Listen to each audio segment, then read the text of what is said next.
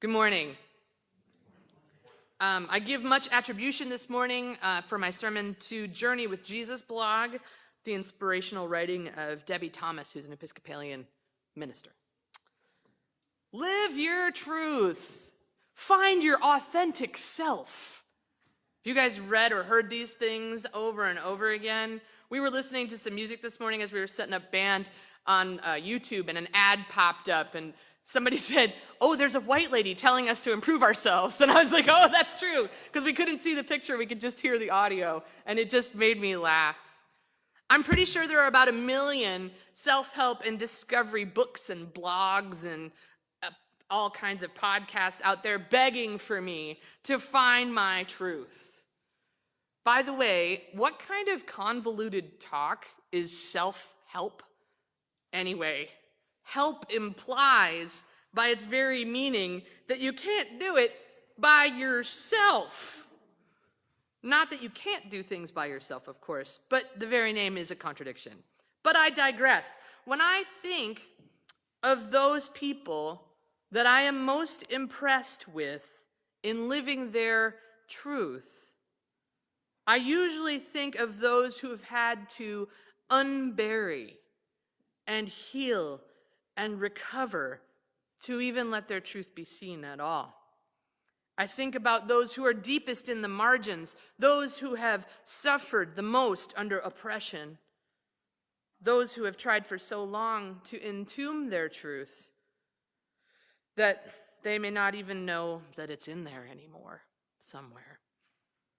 And so when that truth comes out, it is radiant. It is sparkling. It's hard to ignore someone who has discovered their truth. They no longer care what you think, yes?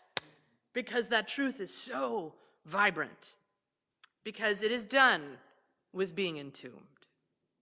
Picture the Pride Parade, if you will, in all of its glitter and rainbows. Picture pure black joy on the faces of men and women and children. It is good to find that truth. And there is nothing that makes an oppressor kick back harder than seeing truth rise up and live fully. You know, this week has been a real bear in the news cycle. Anybody with me on that? Kyle Rittenhouse, the highest murder rate discovered of trans folk ever this past year. Just this past year. And today is the Transgender Day of Remembrance, and we will pray about that in a little bit. There's been massive, terrible flooding right here. When I get overwhelmed and all ragey, I just can't help it. I wish that Jesus would show up and kick some butt for us. Come in riding in his armored chariot and show us who's boss. I really do. I kind of wish that was the thing. But it is just not his way. That's our way. We are good at building in political systems that make sure that white kids are safe to preserve the status quo. That's us. Building in socially constructed and gendered, corrupt ethical systems that make sure that anyone who's other than a boy or a girl is labeled as an abomination and then disappeared. That's our way. Making sure that us and ours are covered and screw all the people that are different. It's how we do as a society.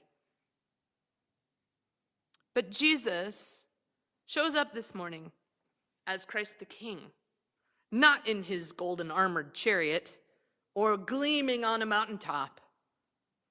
Instead, Jesus is at maybe his lowest point. He's been arrested as a falsely accused criminal, harassed. He's probably hungry and sleep-deprived, I would imagine.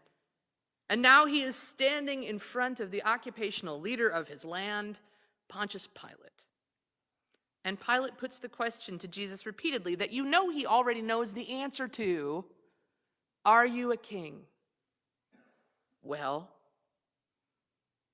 you say that I'm a king. Jesus answers cryptically. implying both that Pilate's question is the wrong question and that Pilate's assumptions about power and what it means to be king, much like my ragey feelings about white supremacy, are irrelevant to the ways of God. Then Jesus continues, "For this I came into the world to testify to the truth. Everyone who belongs to the truth listens to my voice." Pilate's response echoes down to us through the ages. It was left off of the lectionary reading, so I put it back in there at the end today. I think you guys probably noticed that. It's the question to end all questions, right? What is truth? Why does Pilate ask that? Well, we'll never know that part. It could be out of contempt. It could be out of curiosity, but it doesn't matter. Jesus does not respond. I know that's also left off, but the next thing that happens is that they move into a new scene in the story. He doesn't say anything in response. Well, he doesn't respond with words. He doesn't engage Pilate in a philosophical dialogue or offer the governor a pithy bumper sticker that says something, Instead, he embodies his reply with the whole of his life. It's me, his silence implies to us. You're looking at the truth. I am the truth. In other words, the truth isn't an instrument or a weapon or a slogan that we can pop up on a t-shirt. The truth is Jesus, the life of Jesus, the way that Jesus was, the way that Jesus interacted with children and with people who were ill and with people who were hungry and with people who were rich. The love of Jesus. He himself, truth's most complete and complex embodiment. Maybe you've noticed these days that the truth has gotten pretty hard to come by. Right? Ever since the pandemic began, and maybe even a bit before that, it's almost like we've come to be living in an era where the word truth doesn't really mean much. A news feed and a culture of blatant lies, of strange exaggerations, of doctored images, of memes full of false factoids that people push out everywhere around like they are God's honest truth. Objective facts and scientific research and being an expert in your field seem to be up for grabs these days, in a world where anything can mean anything, and you can make anything look real. So then, when Jesus says that he's the truth, what does that mean? If Jesus is embodying the truth, if Jesus came to be a messenger of God's truth, what does that mean in a world that's lost its grip on anything like facts? What is truth for us? We say that we worship a king in this space that testifies to the truth, but how do we tell our friends and neighbors, hey, we found the truth? It wasn't in my newsfeed. It's in a pretty little Lutheran church in Seattle. It's both authentic and real and maybe a little quaint in some ways. How do we stand here in a world full of police forces that look like armies and sound bites and tweets and clever headlines that try and sort it all out, and then stand here and say, no, this is it. This is the real thing over here. How can we say we found truth in the embodiment of a 2,000-year-old rabbi? Because it is the truth. We can feel it in our bones. The truth Jesus embodies in his life and death and resurrection is not instrumental or self-aggrandizing in any way. It doesn't bolster his own power and authority. It's the opposite, right? It humbles him down. His truth that he brings doesn't build anything up other than love. The truth is not about building himself up at the expense of others. It's not built on taking advantage of the fearful and those who suffer. Jesus doesn't make honesty optional when the truth seems less than convenient. That's us. And when we can line ourselves up with Jesus, with this truth that he brings and belong to the truth like Jesus does, then we can tell and keep telling beautiful, hard-cutting, joy-filled, pain-filled, powerfully undeniable stories that we know to be true about Jesus and about ourselves. We can dig that truth out of its tomb and let it show because it is of God. We can stand in the truth, even if it threatens to kill us, because we know that the truth is of God. We can stand with our trans family, loving and acknowledging their full personhood just as they are because it's the truth. We can stand with our black and brown family, using privilege to open channels for marginalized voices to be heard, bringing God's truth to power because the truth demands it. We can work to right the wrongs of injustice that we see around us because the truth of Jesus doesn't call us to be nice. It calls us to be real and loving. That's what it calls for. Thankfully, following immediately on truth's important but somewhat exhausting coattails is the blessed corresponding gift to truth and from Jesus, and that is peace that comes with truth.